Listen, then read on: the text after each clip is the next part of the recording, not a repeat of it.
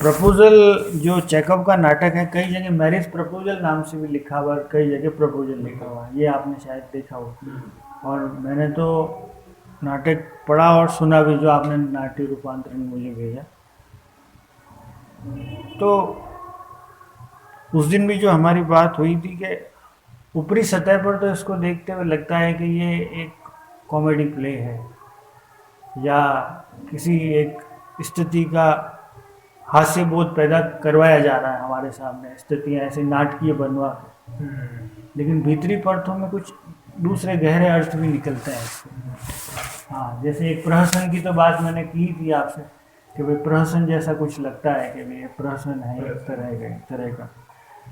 और इसको कई जगह सटायर भी कहा गया है, कई जगह कॉमेडी भी कहा गया है, अलग अलग जो मत हैं इसके समीक्षा को लेकर। और एक और इसको पढ़ते हुए और इसके संबंध में जानकारी हासिल करते हुए ये चीज़ और मैंने देखी कि जो चेकव की लेखन शैली है उससे ये थोड़ा सा अलग हटकर नाटक है। चेकव ने इसके अलावा जो नाटक लिखे हैं, जिनके वजह से वो जाने भी जाते हैं और चर्चित भी हैं, वो थोड़े कॉम्प्लेक्स हैं और थोड़े से इतने हास्य बोध लिए नहीं हैं, उनमें थोड़ी सी कॉम्प्लेक्सिटीज़ भी हैं और वो अलग तरह से खुलते भी हैं। जैसे अंकल वानिया है, सीगल है, द चेरी ऑर्चर्ड, ये शायद नाम आपने सुने होगा, चेरी ऑर्चर्ड। ये तीन बहुत चर्चित नाटक हैं चेकव के।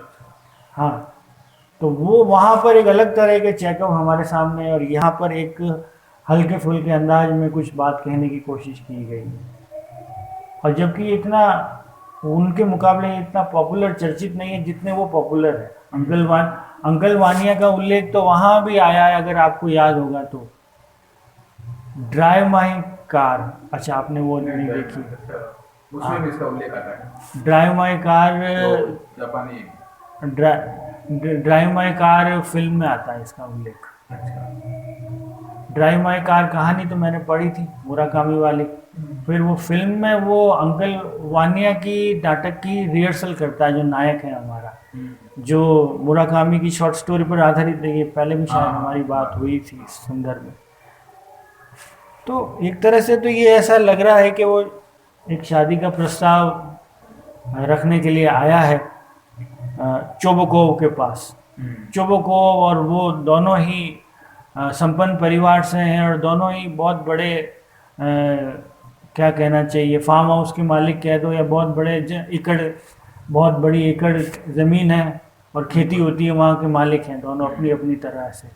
और दोनों के घर का विभाजन है वो कंटीली तारों से हो रखा है, और सारा ताना बाना उस कंटीली तार के इर्द गिर्द का ही बुना गया है, जो मूल जो नाटक में जो है मूल संवेदना का स्वर जो है। तो अब शादी का प्रस्ताव, अपने को बाहर से तो इतना ही बताया कि वो शादी का प्रस्ताव एक ऐसा 30 के आसपास खड़ा एक ऐसा युवक देने आया है जो हाइपोकॉन्ड्रियाक भी है और वो एंजाइटी का भी पेशेंट है। आपने शायद इसको पकड़ा होगा, बार बार उल्लेख आ रहा है कि मेरे नसों में फड़कन हो रही है, दिमाग में फड़कन हो रही है, मुझे कुछ हो जाएगा, मुझे कुछ हो जाएगा, मुझे। तो हाइपोकॉन्ड्रियाक ऐसे व्यक्ति को शायद कहा जाता है ना, जो एंजाइटी और इस तरह की चीज़ों को, और जिसका अपने ऊपर भरोसा कम रहता है या आत्मविश्वास थोड़ा कम रहता है, ऐसे व्यक्तियों को हाइपोकॉन्ड्रियाक कहा गया। तो अब नाटककार ने ये छुपा दिया है कि नतालिया उससे कितना प्रेम करती है, नहीं करती, और पूर्व में उनके साथ क्या समीकरण हुआ है, कुछ नहीं बताया। बस वो वहाँ वो विस्फोट होता है कि अरे क्या विवाह का प्रस्ताव लेके आए थे वो, हैं? मतलब इवान लोमो विवाह का प्रस्ताव लेके आए थे। अरे पिताजी, आपने पहले मुझे क्यों नहीं बताया? मतलब इतना हम लोग उससे जिरह करते ही नहीं, व्यर्थ की जिरह कर रहे थे। तो उनके बीच में जो क्या हुआ वो लेखक ने बहुत ओपन तरह से छोड़ दिया है, किस तरह का बचपन में समीकरण है, क्योंकि दोनों एक दूसरे के पड़ोसी हैं और दोनों का बचपन और यौवन इसी स्थान पर बीता है। तो वहाँ बहुत सी संभावना लेखक ने ओपन छोड़ दी है चेकव ने, मुझे ऐसा भी लगता है इसको पढ़ते हैं। तो हो सकता है कि बचपन की स्मृतियाँ किस तरह से, या फिर ये एक दूसरे पे जो आरोप प्रत्यारोप का जो सिलसिला, तो ऊपर के मैं ऊपर जो सिलसिला चल रहा है, जो जिसको अपन कैट एंड माउस चेज भी समान भी कह सकते हैं। बिल्कुल। हाँ, कैट एंड माउस जो चेज होती है कि हाँ। तू सर्वश्रेष्ठ कि मैं सर्वश्रेष्ठ, इस तरह से जो बुना गया है। और तो फिर वो बात कह रहा है कि बात कहाँ से शुरू हो रही है कि भाई जो बैलों को चरागा होता है, जहाँ बैलें चरती है, वो तुम्हारा है या हमारा है, वहां से शुरू हो रहा है। सारा सारा घटनाक्रम वहां से शुरू हो रहा है कि भाई वो हमारे खेतों की मेंढ को भी छू रहा है और तुम्हारे खेतों की मेंढ से भी होकर गुजर रहा है। तो वो चरागा का जो स्थान है वो किसका है? सारा घटनाक्रम उसी ताना बाना से शुरू हो रहा है। पहले तो प्रस्ताव की बात लेके आता है, प्रस्ताव घूमती है कि उसके पिता जो चोबको हैं वो उसको वहां घुमा के ले जाते हैं, और फिर दोनों के बीच में जो खुलता है कि दोनों के परिवार की आर्थिक स्थिति खुलती है, और अब तक इतिहास में क्या क्या हुआ है, मतलब इनके पूर्वजों ने कैसे किया, इनके पूर्वजों ने कैसे किया। धीरे धीरे हम परत दर परत लेखक हमको कहानी में आगे वैसे ले जा रहा है कि इनके पूर्वजों ने और इन्होंने क्या क्या किया, और फिर आज एकदम गुत्थम गुत्था हो रहे हैं दोनों अपनी अपनी तरह से। तो ये तो मूल बात है। और दूसरी बात मुझे ऐसा भी लगा कि जैसे लेखक बताना चाहता हो कि शायद 19वीं शताब्दी के शुरुआत के आसपास की शायद ये रचना होगी मेरे हिसाब से। चेकव तो उसी समय के काल के लेखक हैं, तो हो सकता है कि उस समय के आसपास का जो समाज रहा होगा, उस समय के भाई शहर से दूर जो बसावट बस रही होगी, वहाँ पर एक तो अच्छे वर पाने का संकट संभ्रांत परिवारों में, शायद मोटे तौर पर ये मतलब डिस्कस निकाल थोड़ा सा हाँ। आभास होता है। संभ्रांत परिवार किस तरह से योग्य वर अपनी युवतियों के लिए खोजे। एक दबे छुपे एक भीतरी परतों में एक स्वर हो सकता है। दूसरा स्वर ये हो सकता है कि भाई अपने मियाँ मिट्ठू बनना, अपना हित साधना, ये कई सारी परतों में एक परत ये भी है।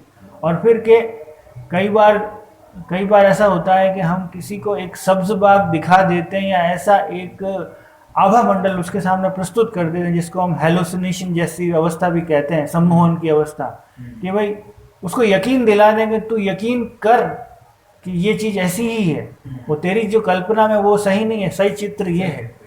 सम्मोहन जैसा एक आभा मंडल बना दिया जाता है। तो मुझे लगता है कि जो उस समय का जो रूसी साहित्य का दौर रहा होगा, तो ये जो रियलिज्म ये जो एक जादुई रियलिज्म तरह की जो कोई चीज़ें आने वाली होगी लिटरेचर की दुनिया में रूसी साहित्य से होते हुए, जो आज के समाज में भी जुड़ी हुई है कि कैसे एक आभा मंडल हमारे सामने प्रस्तुत कर दिया जाता है, तो उसको हल्के फुल्के प्रहसन के अंदाज में हमारे सामने परोसा है चेकव ने। शायद मुझे ऐसा लग रहा है कि भाई अपना हित भी साध लें और इतना सफाई से हम उस चीज़ को, झूठ को प्रस्तुत करें, या जो कभी हुआ ही नहीं, या हो सकता है कि जो हुआ हो वो सामने वाले के पक्ष के अनुरूप हुआ हो, लेकिन हम अपने पक्ष के अनुरूप उसको तब्दील कर दें बातों बातों में इस तरह से। जो आज के समय में आप इसको सब तरफ से रेफरेंस से जोड़ के देख सकते हैं, जो आज जो अतिरेक के युग में जो चीज़ें बढ़ रही है, वी आर इन द युग ऑफ प्रोपोगेंडास।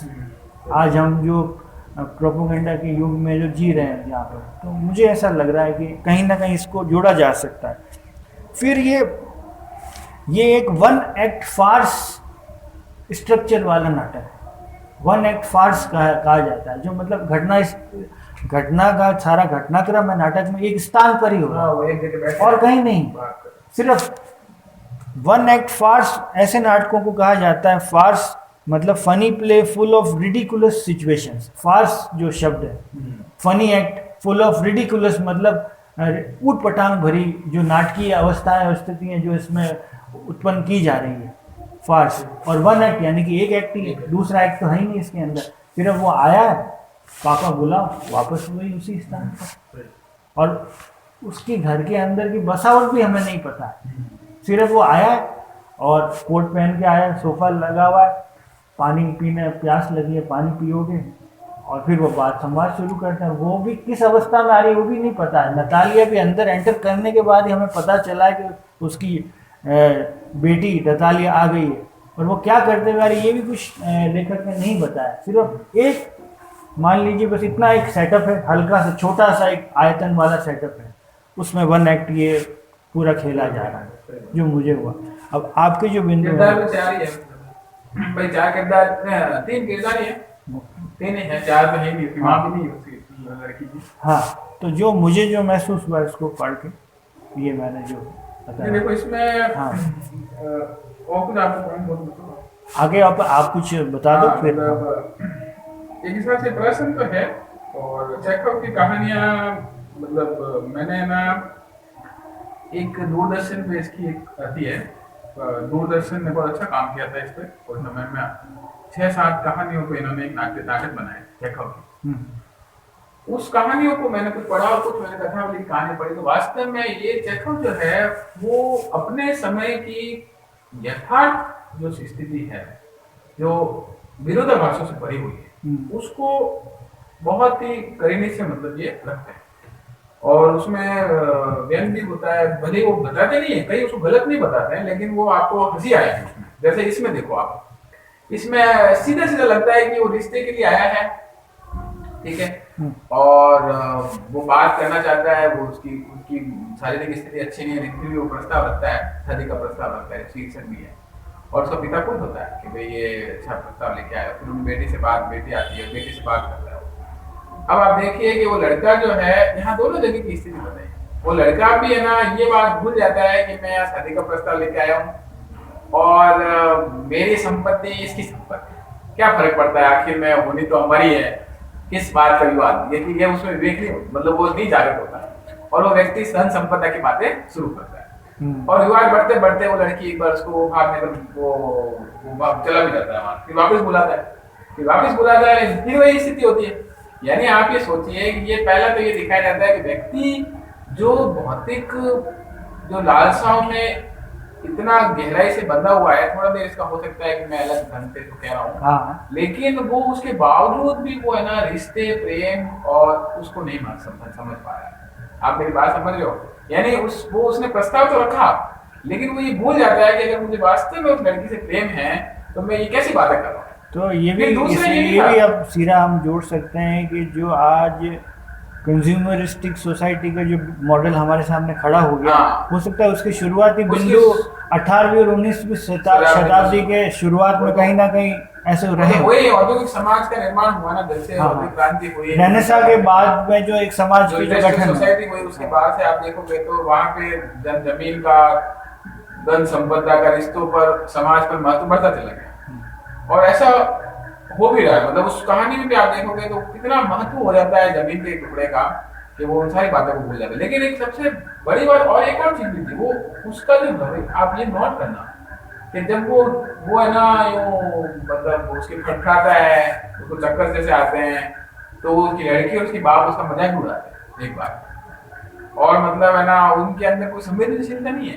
कह रहे हम ये क्या बातें कर रहे हैं, ऐसे ये बात करेंगे तो शायद ये और ज्यादा परेशान हो जाएगा, छोड़ो इस बात को। मतलब यहाँ दोनों ही पक्ष है ना, मतलब वो जो होता है ना धैर्य जो होता है ना कि यार ठीक है हम छोड़ो इस बात को, वो कोई परिचय नहीं दे रहे। और लेकिन सबसे दिलचस्प बात ये लगी कि ये आमतौर पे ये एक्चुअल में चेखव ये बताना चाहता है कि अभी वो समाज आया नहीं है कि जो रिश्ते के लिए बैठा हो और ऐसी बात करता हो। ऐसी बातें आमतौर पे है ना सामान्य काल में होती है, विशेष काल में नहीं होती, आप समझना एक बात प्रैक्टिकली। लेकिन इस व्यक्ति ने, चेखव ने शायद इस नाटक द्वारा ये बताने की कोशिश की है कि वो समय भी दूर नहीं जब व्यक्ति प्रेम संबंधों में भी ऐसी बातों को महत्व देने लगे। कोई बड़ी बात नहीं, मतलब सौदेबाजी, एक सौदेबाजी जो है वो महत्वपूर्ण हो जाएगी कई बार, और खुद का आधिपत्य, अधिकार का जो प्रवृत्ति है ना वो है।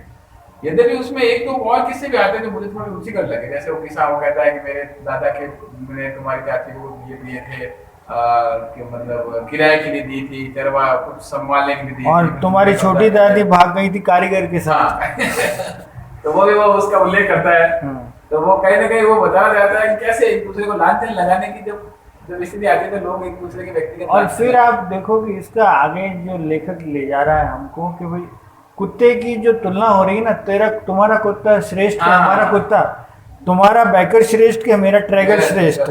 तो वो लड़के का कुत्ता ट्रैगर है, तो वो कह रहे हैं कि अब तुम्हारा कुत्ता बुजुर्ग हो गया है और उसके जबड़े ऐसे हैं वगैरह, क्या वो शिकार के लायक है या नहीं। तो मतलब इसको भी आप कि उससे जोड़ सकते हो कि हाँ, जो दौड़ का जो समय है ना, हाँ। कि भाई आप बाजार के लिए फिट हैं या अनफिट है। यानी आपका कुत्ता फिट नहीं है, वो ये करना चाहता है। हाँ फिर वो उस कुत्ते के लिए भी मतलब वो कह रहे हैं कि भाई वो यहाँ पर आता है कि कौन श्रेष्ठ। यहाँ पहले तो था आधिपत्य का खेल, फिर आता है श्रेष्ठता। और वो श्रेष्ठता किस चीज की? एक मनोवैज्ञानिक श्रेष्ठता की, मेरा कुत्ता मेरा कुत्ता। बाकी तो कुत्ते का उससे कुछ लेना नहीं, वो तो मेरा कुत्ते पे आ रहा है, ये मेरा कुत्ता है, तुम्हारा कुत्ता, इस विषय पे बात कर रहा है। और बहस फिर ऐसी चली जाती है, ऐसा लगता है कि यार ये क्या, हास्य के साथ साथ ऐसा लगता है कि यार ये बिल्कुल। और लेकिन एक बात है, ये सारी जो बातें हैं ना, ये हमारे आसपास घटित होती है। ऐसा नहीं है कि ये बातें कोई लोग करते नहीं है। लोग इन बातों में, जैसे ये मेरे कुत्ते को लेकर जो बात हो रही है, आप देख लो, लोग अपने अपनी उपलब्धियों के बारे में, अपने संबंधों के बारे में कितना कुछ बड़प्पन या कितना कुछ बखान करते हैं। जमीन के टुकड़े के लिए तो लोग एक मतलब मरने मारने वाली स्थिति आ जाती है। बिल्कुल तो यानी चेखव ने जो हकीकत बयां की है अपने इस नाटक द्वारा जिस समाज की, वो सच में उतना ही यथार्थ जितना चेखव ने समझा। और कोई बड़ी बात नहीं है कि एक समय बाद लोग प्रेम संबंध में भी इस चीजों को देखने लगे। मतलब प्रेम संबंध तो क्या कहे, लेकिन शादी के प्रस्ताव ये होता है ना कि वो इनडायरेक्टली देखो अपने कंफर्ट के लिए या अपने फायदे के लिए हम ऐसा एक मंडल या आभा संसार रच रहे हैं जहाँ पर उसको भी आवश्यकता है। हम जानते हैं कि वो भी सुयोग्य किसी साथी की तलाश में है, तो क्यों ना इसको ट्रैप कर लिया जाए।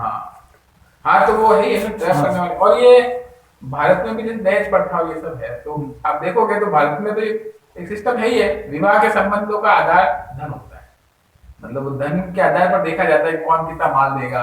जैसे आप राजपूत या चारण और कई सोसाइटी में देखोगे तो वहाँ टीका प्रथा होती है, तो जो दमदार टीका देता है तो आप वहां पर प्रस्ताव स्वीकार किया जाता है। तो यानी वहां ये शादी के मामले में धन की महत्ता, ये भी एक प्रकार से वो है। यद्यपि यहाँ कोई मांग वैसा कुछ नहीं है, उसकी तुलना नहीं की जा सकती, लेकिन हम तो कह रहे हैं कि उसका महत्व, मतलब जो संपत्ति का महत्व जो है ना, वो कैसे भाई मैं वही कह रहा हूँ ना कि भाई नतालिया और जो हमारे इवान लोमो है, उनका जो बचपन कैसा बीता, वहाँ एक अनंत संभावना लेखक ने हमारे लिए खुली छोड़ दी, कुछ बताया नहीं।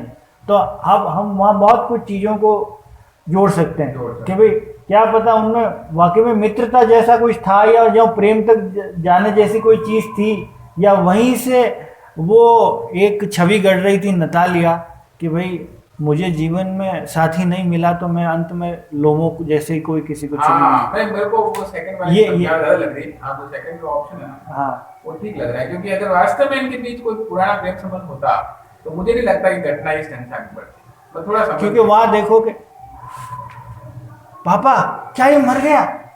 अच्छा है, वाकई में मर गया ये, ऐसे ऐसे मतलब वो एकदम वो दर्शकों को या पाठकों को बताने की कोशिश कर रहे हैं कि इतनी बड़ी क्षति हो गई है और इस क्षति का अब क्या भरपाई किसी भी रूप में नहीं हो सकती है कि अब तो ये मर गया। और फिर वो पानी लगातार उठता है तो अरे हाँ जिंदा हो तुम, इस तरह से बाद में वो जब बाप जो होता है वहाँ एक मुझे और चीज लगी, अरे ये है सुखमय जीवन, ऐसा कुछ बोलता है वो कि वो दोनों जब हो जाते हैं, मतलब वो कहता है कि मेरे हाथ में मिला, और फिर वो कहता है अरे वो लड़ते भी रहते हैं। सबसे बड़ी बात है वो दोनों कुछ ऐसी बात आती है कुछ, और लास्ट में भी फिर एक नया कोई मुद्दा आता है, अंत में एक और प्रश्न पे ये झगड़ा होता है इनका। फिर वो कहता है अरे ये सुखमय जीवन ऐसा ही है, अरे कितना प्रेम है, वो एक व्यंग कर रहा होता है बाप, और बाप भी ऐसे सोच रहा है कि मेरी भी मतलब ये जिम्मेदारी फ्री हो गया, मैं ऐसा थोड़ा सा टोन आती है उसमें, आप सुनना लास्ट में। तो ये काफी चीजें मतलब इन्होंने उस ढंग से बताई। वही वाली बात है कि ऊपरी सतह पर तो आपको एक कॉमेडी या ऐसा कुछ व्यंग्यात्मक या ऐसी कोई चीज़ें लग रही है, लेकिन भीतरी परतों में क्या है कि इसकी कई सारे जो डायमेंशन है या कई सारी चीज़ें संभावना है। हाँ, और हो सकता है कि एक तरह के बनते हुए आगामी समाज का पर एक प्रश्न चिन्ह या कटाक्ष के रूप में शायद इसकी कटाक्ष है। जैसे टॉलस्टॉय की दो तीन कुछ रचनाएं मैंने पढ़ी, टॉलस्टॉय में एक आदर्शवाद था, टॉलस्टॉय की कहानियों में एक आदर्शवाद आता है, यद्यपि वहां भी थोड़ा शायद प्रश्न, लेकिन थोड़ा आदर्शवाद की ओर बढ़ती। ये कहानी आदर्शवाद की तरफ नहीं बढ़ती। चेखव जो है ना, वो अपने समय की विरोधाभासों को, अपने समय की चीजों को, मतलब एक कहानी, हाँ मैंने भी जितनी भी कहानियाँ पढ़ी हैं उनकी, मॉन्क वाली कहानी है, वो लेडी विद डॉग वाली कहानी है, या और भी जो 2-3 कहानियाँ पढ़ी है, वो क्या है कि बिना किसी सही गलत के उसके जो जीवन का जो ग्रे पहलू है वहाँ ले जाकर चीज़ों को छोड़ देते हैं। और वो ये नहीं कह रहे हैं कि ये ब्लैक और वाइट में आप देखिए, हाँ। ग्रे के साथ भी आप रह सकते वो रह हैं। सकते कई बार ऐसे स्थान पर ले जाकर पाठक को छोड़ देते छोड़ हैं। देते हैं। हाँ, और टॉल्स्टॉय का हालांकि मैंने इतना पढ़ा नहीं है। टॉल्स्टॉय का थोड़ा सा वो देवी उनका था, मतलब थोड़े से आदर्शवादी, ईश्वर में विश्वास रखने वाले बड़े नेक आदमी थे वो, तो उनकी रचनाओं में दिखता है, मतलब वो नैतिकता दिखती है कहीं ना कहीं। बिल्कुल, जैसे चेखव की एक और रचना थी जो मैंने पढ़ी थी उस कथावली में, उसमें भी बहुत गजब व्यंग, मतलब वहां तो एक वो उसमें बताया गया कैसे क्या अधिकारी, नाम है उसका? तो कहानी का नाम याद नहीं आ रहा है। उसमें क्या होता है, कैसे एक अधिकारी जो होता है ना, वो परिस्थिति के हिसाब से निर्णय लेता है। अच्छा, ये सत्ता पक्ष का है तब तो उसके साथ बड़ी नरमाई से बात करेगा। और जैसे वो कुत्ता, एक जन को कुत्ता काट जाता है किसी को, सार ये होता है कि वो एक सब मतलब सूबेदार होता है, पुलिस अधिकारी होता है, वो निकल रहा होता है, तब ये घटना आती है कि एक आदमी को किसी ने कुत्ते ने काट दिया। और जैसे कुत्ता काटता है वो पहुंचता है उसके पास, अब वो क्या होता है, कुत्ता जिसका कुत्ता होता है उसको पकड़ता है। इस दौरान क्या होता है, उसको ये बात पता चलती है, कुत्ते वाला जिसका कुत्ता होता है उसको ये उससे सकता ही बेच आता है। थोड़ी देर उसको पता चलता है कि तो गवर्नर का कुत्ता है। जैसे ये बात पता चलती है गवर्नर का कुत्ता है, तो जिसको काटा ना उसको ही वो डांटना शुरू कर दिया। फिर थोड़ी देर में वापस पता चलता है, नहीं वो कोई कहता है, बातचीत में कहता है, अरे नहीं गवर्नर का कुत्ता तो ऐसा थोड़ी है, वो दूसरा ऐसा। फिर वापस उसको उसके ऊपर शेर बनता है। मतलब वो 3-4 बार पलटता रहता है कि उसको कंफर्म नहीं होता कि गवर्नर का कुत्ता है या नहीं। हाँ। और मेरे को बड़ा इतना दिलचस्प लगा, मतलब ये इसकी जो शैली उसकी भी लगभग ऐसी वैसी शैली है, कैसे वो मतलब वो है, एकदम सोसाइटी की हकीकत है कि सत्ता जहाँ है वहां पे लोग उसका वो उस हिसाब से चीजों को मोड़ देते हैं। तो चेखव की रचना मैंने वो देखी थी, मुझे ध्यान। एक मैंने जो ट्यूशन वाली देखी ना, ट्यूशन टीचर करके एक था, वो मैंने इसका एपिसोड देखा था। आप देखना, छोटा सा ही है, 15-20 मिनट का। तो वो क्या है कि वो टीचर होती है और वो जो लड़की जो उसकी बच्चे की माँ होती है वो बोलती है, अच्छा तुमने पढ़ाया? तो क्या पढ़ाया तुमने? कि अच्छा मैंने 3 महीने। क्या नहीं, तुमने एक दिन है ना कि घर पे आई थी तब तुमने गिलास तोड़ दी थी, तुम्हारा 300 रुपए होते हैं? तो वो कहता है कि गिलास तोड़ी उसका 20 रुपए कर। तो कहता है चलो 220 दे दो। फिर बोलते हैं कि तुमने है ना उस दिन 3 दिन है ना बच्चा बीमार आ था, उसके तुमने पैसे तो कटेंगे, तो बेचारा वो उसको बातों में ऐसा करती है कि लास्ट में उसके 10 रुपए आते हैं हिस्से में। और बेचारे वो रोती है, वो कहती है कि वाह 10 रुपए आते हैं, यही दे दो, धन्यवाद इसके लिए भी। तो उसे बताया कैसे मतलब बड़ा तबका जो होता है ना वो जो उसके अधीनस्थ व्यक्तियों का किस प्रकार से बातों द्वारा, धर्म द्वारा शोषण करता है। तो मैंने वो भी बड़ी मजेदार। लेकिन उस कहानी में क्या है, चेखव की कहानी में लास्ट में है ना वो खुद उसको कहती है, वो कहती है औरत कि तुम ऐसे भोले क्यों रह गए, ये तो मैं तो झूठ बोल रही थी, कुछ भी लिखा हुआ नहीं मेरे था। और वो उतना कॉन्फिडेंटली बोलती थी, उसको लगता है कि सही बात बोल, वही मुझे बड़ी अच्छी लगी। तो ये कहानी जो है ये सच में अच्छी थी, इसका नाट्य रूपांतरण बड़ा अच्छा लगा। ऑल इंडिया रेडियो का जो है ना, ऑल इंडिया रेडियो की खास बात ये थी कि इन्होंने कई अच्छे नाटक, अब जैसे विदेशी नाटक तो नहीं किए इन्होंने, लेकिन काफी चीजों का नाट्य रूपांतरण अच्छे से किया। ठीक है, अब इस पर तो अब और मेरे हिसाब से सारे बिंदु हो ही गए हैं, और कोई बिंदु मुझे नहीं लगता कि अभी हाल फिलहाल तो हमारे दिमाग में आ रहा है। चेखव के और नाटकों पे आप बात कर सकते हो कि आपको क्या, मैंने आपको वो नाटक नहीं पढ़ा, आप कह रहे हो ना मैं नाटक दो एक नाटक है, सिर्फ नाम अच्छा पढ़े नहीं है, हिंदी में उपलब्ध नहीं हुए? नहीं हिंदी में हो, ये भी मैंने मूल इंग्लिश में पढ़ा है, इंग्लिश में पढ़ा है, मतलब मूल तो ऐसे रूसी में लिखा है। फर्क तो नहीं था ऑल इंडिया रेडियो वाले में, इसमें कितना फर्क था? मूल भावना संवेदना लगभग वैसी ही है, क्योंकि मैंने पढ़ा और ये सुना, दोनों को जोड़ के मुझे भी हो सकता है कुछ बिंदु और स्पष्ट हो गए हों। तो मतलब मूल संवेदना को जो हिंदी में जो इन्होंने जो नाट्य रूपांतरण किया है ये आकाशवाणी के लिए, तो ये अच्छा है, लगभग उसकी संवेदना को छुआ हुआ है, उसको छोड़ा नहीं है संवेदना। हाँ, तो ठीक है, चलिए इस पर तो अब हम ये चर्चा अब यहाँ पर अपनी कर देते हैं पूरा।